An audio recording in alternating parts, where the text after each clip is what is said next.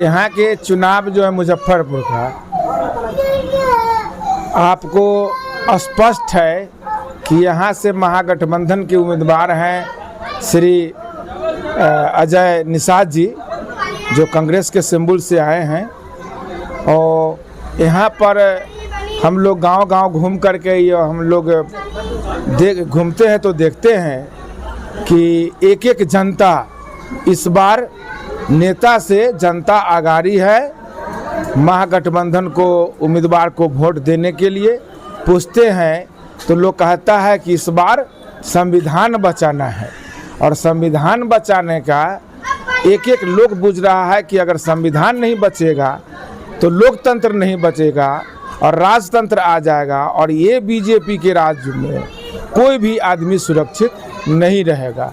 इसीलिए सभी लोग मन बना लिए हैं कि इस बार कुछ नहीं, चुपचाप इंडिया गठबंधन के जो उम्मीदवार हैं, जिनका जहां सिंबल मिला है, जो छाप है, उसको वोट देने के लिए लोग तैयार हैं। यहाँ पर जो पुराना ही जो सांसद थे अजय निषाद जी, पहले बीजेपी से थे, अभी वो कांग्रेस से हैं, उनका कार्यकाल कैसा रहा है?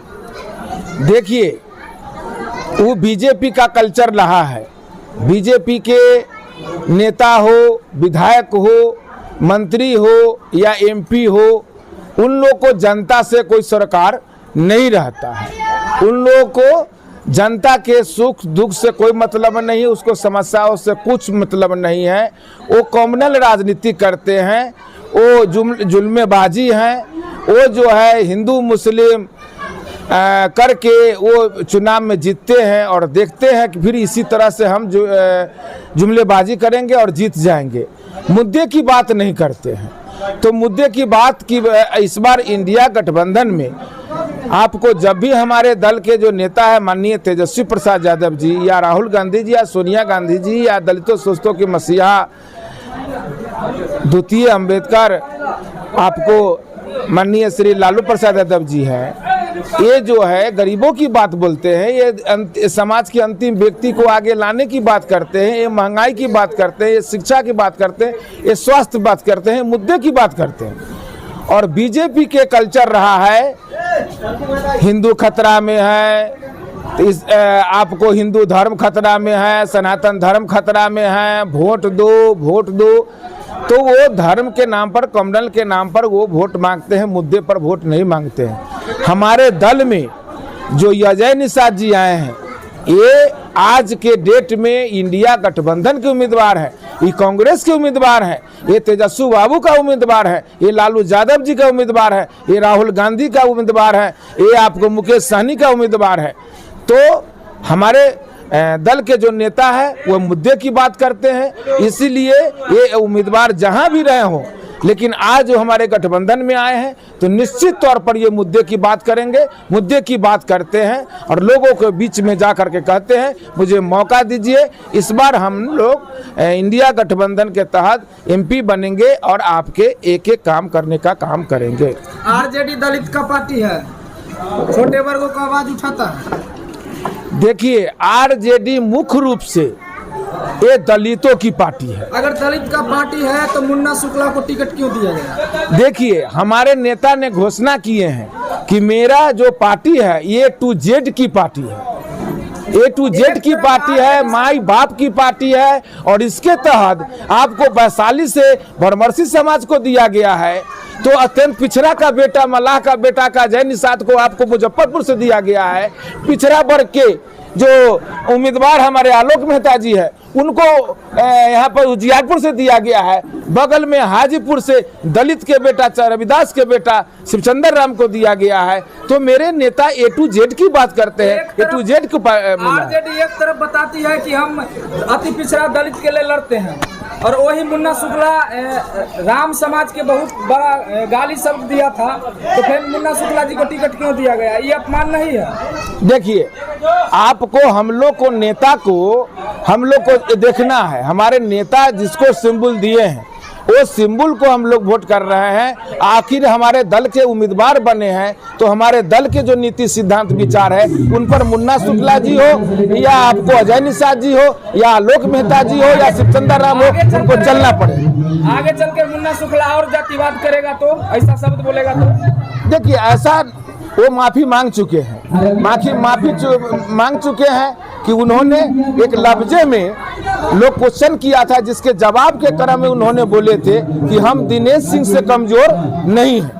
उनका मंशा ये था और वो माफी मांग चुके हैं और आइंदे वो कभी भी इस तरह की काम नहीं करेंगे, क्योंकि दास जी बोले हैं कि हम कभी माफ नहीं करेंगे, इनको जेल भेज कर रहेंगे। क्या कहिएगा? देखिए, रविदास समाज से आते हैं गोल्डन दास। देखिए, गोल्डन दास आपको किसी समाज से आते हैं, ये यहाँ नीति सिद्धांत विचार की बात होनी चाहिए। यहाँ पर नीति सिद्धांत विचार की बात हो तो यहाँ पर राष्ट्रीय जनता दल से आपको भारत में कोई ऐसी पार्टी नहीं है जो सड़क से संसद तक लड़ने का काम किया है। आप इतिहास उठा के देखिए कि आज दलित का बेटा, आप हमको माइक से आप हमारा इंटरव्यू ले रहे हैं, एक दलित मजदूर के बेटा से, यह अगर देन है तो माननीय लालू प्रसाद यादव जी का है। अगर वो आवाज नहीं दिए रहते, अंतिम व्यक्ति को आगे लाने का काम नहीं करते, तो आज लाल बाबूराम गरीब मजदूर का बेटा आपके सामने में बाइक नहीं देता रहता। बिहार में 40 सीट पर चुनाव महागठबंधन भी लड़ रहे हैं, 40 में कितने सीट आएंगे?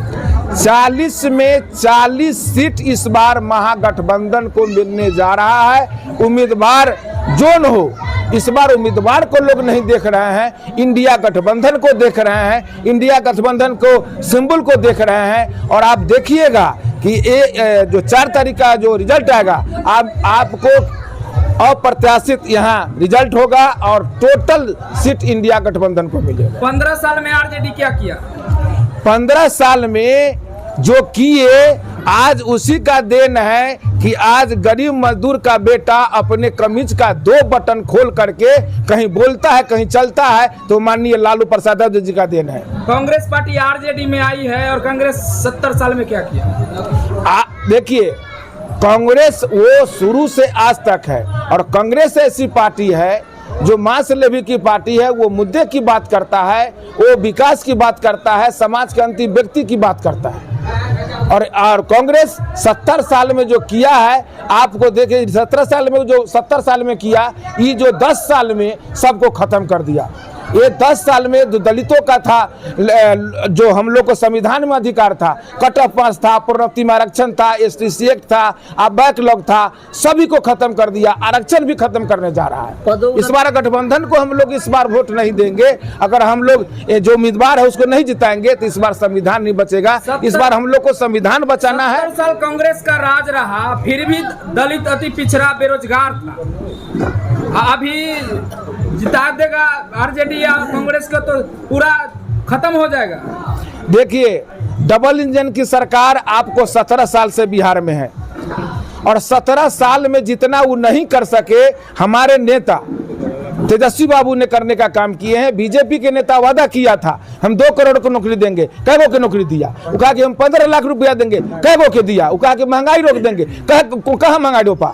वो जो है आपको जुमलेबाजी है और 17 साल में बिहार में नहीं किया नीतीश मोदी की सरकार। वो हमारे 17 साल में हमारे नेता जो अभी प्रतिपक्ष में है, माननीय तेजस्वी प्रसाद यादव जी, 17 साल बनाम 17 महीना, 17 साल में नहीं किए, उस 17 महीना में करके दिखाए। और इन्होंने कहे थे कि हमको अगर सत्ता में आने का मौका मिलेगा तो हम 10 लाख बेरोजगारों को रोजगार देंगे। इन्होंने 17 महीना में 5 लाख बेरोजगारों को रोजगार नहीं, नौकरी देने का काम किए हैं। ये एक इतिहास है। भारत के किसी भी कोना में चल जाइए, इतनी बड़ी बहाली एक साथ कभी नहीं हुआ है जो बिहार में हुआ है, तेजस्वी यादव जी के नेतृत्व में हुआ है। विधायक जी, अभी जो 2024 में जो चुनाव हो रहा है, इसमें 24 जो सूत्र बनाया गया है कि आप हमें इस चुनाव वोट दीजिए, हमारा सरकार बनाइए, हम आपके लिए यह 24 जो प्रावधान है यह लेकर आएंगे।